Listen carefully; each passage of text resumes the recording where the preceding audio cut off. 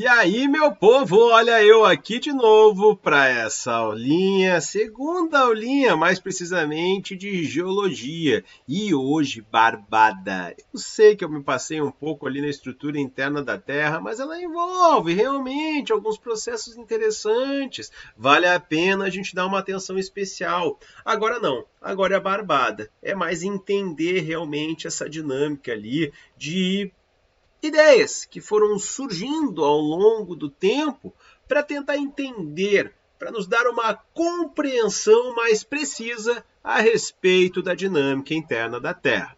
Então entram aí as chamadas teorias geológicas, e a primeira delas foi proposta por um meteorologista alemão que também atuava em outras áreas do conhecimento chamado Alfred Wegener, como eu costumo chamar, Alfredo Wegener ou Alfredo Wagner, grande Alfredão. E o tio Wegener, ele fez aquilo que vocês fizeram mais ou menos aí com 12, 13, alguns um pouco antes, outros um pouco depois, já com 50, 60 anos de idade, que é olhar para a costa leste da América do Sul, olhar para a costa oeste da África e, ué, quando vê esta porcaria aí já teve encaixadinha. Interessante. A maioria pensou, daqui a pouco algum professor ali corroborou a ideia, legal. O Wegener não podia ficar só nessa, porque aí é conversa de boteco. E Wegener, ele era cientista. O que ele fez? Ele pegou e analisou registros fossilíferos da América do Sul na sua porção leste, registros fossilíferos da África na sua porção oeste. Bateu ou não bateu? Bateu. Analisou ali rochas, principalmente rochas sedimentares, onde encontrou os fósseis. Bateu de um lado com o outro? Bateu. Opa, tem coisa aí. Analisou registros paleoclimáticos de um lado, climas antigos do outro também. Adivinha, bateu.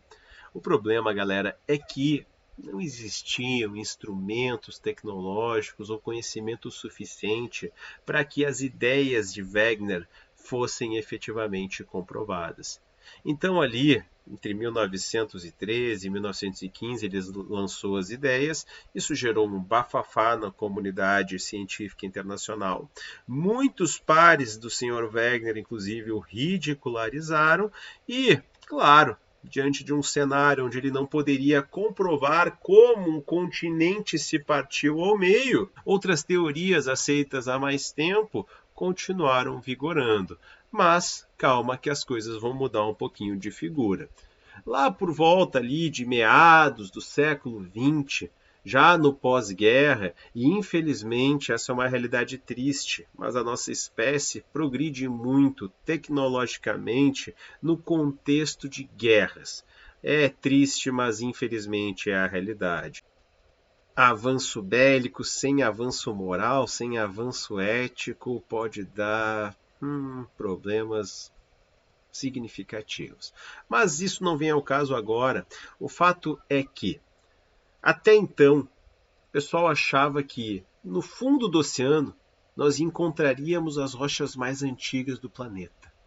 No continente, as rochas mais recentes.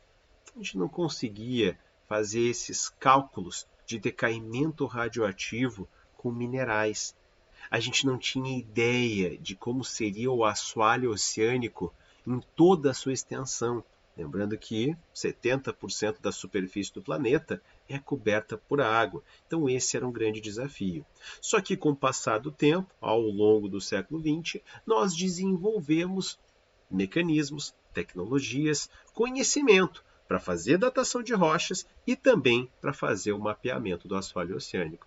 E qual não foi a surpresa ao descobrirmos que, por exemplo, no fundo do Oceano Atlântico é muito difícil encontrar uma rocha com mais de 180, 190 milhões de anos. Em compensação, nos continentes, o pessoal encontrou rochas com mais de 3 bilhões, 3,5 bilhões de anos. Opa, já foi por água abaixo a ideia vigente. Tá, beleza. E o tal do mapeamento do assoalho oceânico? Quando a gente conseguiu olhar para o assoalho oceânico, percebemos ali uma configuração um tanto complexa, com cadeias de montanhas submarinas, rachaduras, regiões que pareciam dar a forma ao nosso planeta de uma bola de futebol separada em gomos.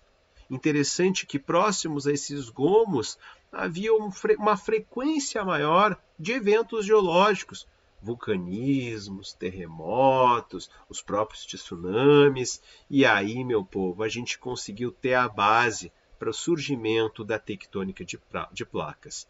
E aí, meu povo, a gente conseguiu ter a base para comprovação da chamada tectônica de placas, que acaba legitimando, em parte, as ideias do seu Alfred Wegener. A tectônica de placas vingou Wegener e, além disso, comprovou o movimento dos continentes através do mapeamento do fundo dos oceanos e a comprovação da expansão do assoalho oceânico. Além disso, apresenta outros pontos muito importantes, como, por exemplo, as chamadas placas tectônicas, imensos blocos formados na crosta terrestre com diferentes áreas divididas em placas oceânicas e, claro, placas continentais. Tá, senhor, mas olha só, tu está dizendo então que a Terra é dividida em gomos, como uma bola. Sim, mas esses gomos eles estão se afastando. Eventualmente, sim. Ah, tá, então eles se afastam de um lado e colidem do outro. Óbvio, o espaço é finito. Afastou de um lado significa que está aumentando a pressão em outra região. Mas não te preocupa, em prova é barbada. O que a gente precisa entender? Cara, a configuração das placas. Ah, mas o senhor, eu vou ter que decorar todas elas? Não, pessoal, nós temos dezenas de placas. Microplacas, mesoplacas e macroplacas. A minha dica é a seguinte. A primeira delas, na realidade, remete a um asteriscozinho que aparecia ali do lado, né, de placas oceânicas e continentais. Então, essa informação ela é fundamental. Uma placa oceânica ela não tem porção de continentes. O máximo que a gente pode ter sobre ela aí são formações insulares. Uma placa continental, por sua vez, vamos pegar de exemplo aqui a nossa, a placa sul-americana. Está vendo aqui? Ela é uma placa continental, mas ela também tem a sua porção oceânica. Então, placas continentais sempre têm uma porção oceânica, beleza? Separando isso, o que eu acho interessante?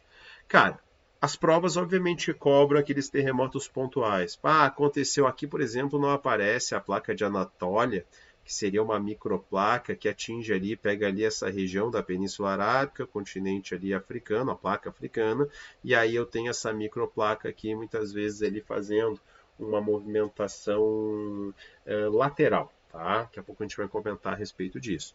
Então, assim, ó, aconteceu um terremoto na Turquia, a placa da Anatólia ela não tem muita frequência em prova, mas já que aconteceu, possivelmente vai ser cobrado.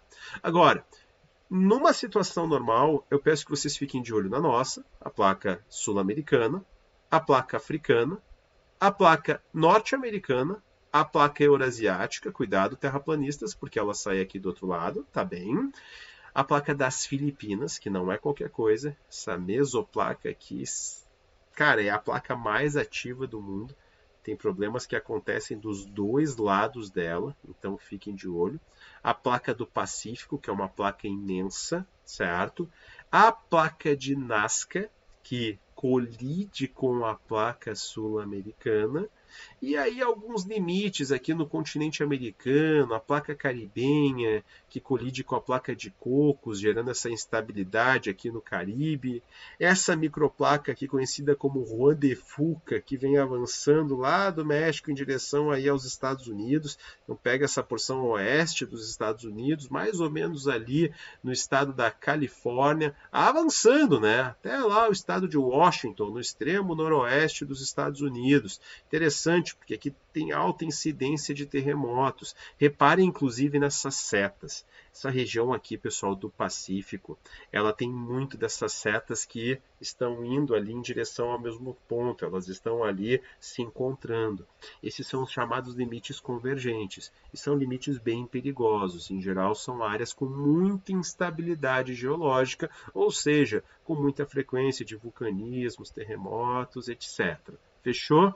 E por fim, só para constar, acho que dá para a gente olhar com carinho para a placa indiana, porque eu também tenho aqui uma convergência de placas, só que envolvendo duas placas continentais. Ela colidindo com a placa eurasiática. Em algumas representações, a placa indiana está conectada à chamada placa australiana, então pode aparecer como placa indo-australiana. E por fim, uma região aqui do continente africano que não aparece limites, não aparecem setinhas vermelhas, mas eu garanto, daqui a uns 50 milhões de anos, a gente vai ver aqui sim limites aparecendo. E nesse caso, bem aqui, ó, bem onde está o laser aqui, com setinhas se afastando uma da outra. Tá bem?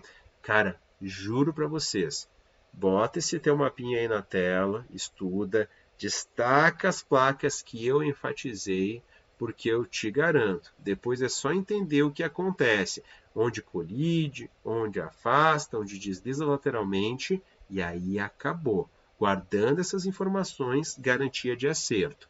Tá, mas e aí, como é que cobra essa porcaria de nós, senhor? Cobram assim. Um terremoto de 7,2 graus de magnitude atingiu o Peru no dia 26 de maio de 2022. Segundo informações do Serviço Geológico dos Estados Unidos, o tremor ocorreu a uma profundidade de 212 quilômetros. É o que nós chamamos de hipocentro. O terremoto foi registrado a 7,2, com epicentro, aí o ponto na superfície, na cidade de Ayaviri, próximo da fronteira com a Bolívia, de Puno. Tremores foram sentidos no Brasil, na região de Porto Velho, em Rondônia, no Chile, no Equador e em Sucre, a capital da Bolívia. Interessante, mas olha a pergunta. O terremoto em destaque na reportagem é consequência do choque de quais placas tectônicas? E aí o primeiro desafio para muitos, infelizmente, é o básico. Saber onde fica o Peru. Deixa eu mostrar o Peru para vocês então. Sim, a quinta série não sai de mim. Fica mais ou menos aqui, pessoal, tá? Então aqui fica o território peruano, beleza? Tá. Saber de América do Sul já, né, ajuda bastante. Mas aqui nós temos esse aqui esticadinho, que é o Chile, e logo na sequência, ao norte do Chile, teremos o Peru. Então, o que nós temos aqui são placas que estão colidindo, a própria questão já diz, consequência do choque de quais placas. Se o Peru está na América do Sul, obviamente eu preciso ter a sul-americana. Aparece sul-americana na A? Não aparece. Na B? Também não. Na C? Opa, aparece. Na D? Não. Na E? Aparece. Então nós já eliminamos aqui 3 alternativas: D, B e A. Ficamos apenas com a letra C e com a letra E. Só que aí tem um detalhe, né? Na letra E aparece placa sul-americana e placa africana. Cara, olha onde está a placa africana.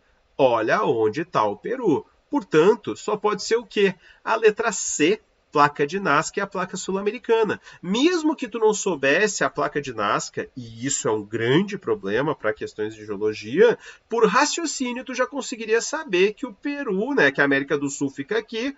Eles falaram de reflexos no Brasil, mas cita principalmente países que estão a oeste.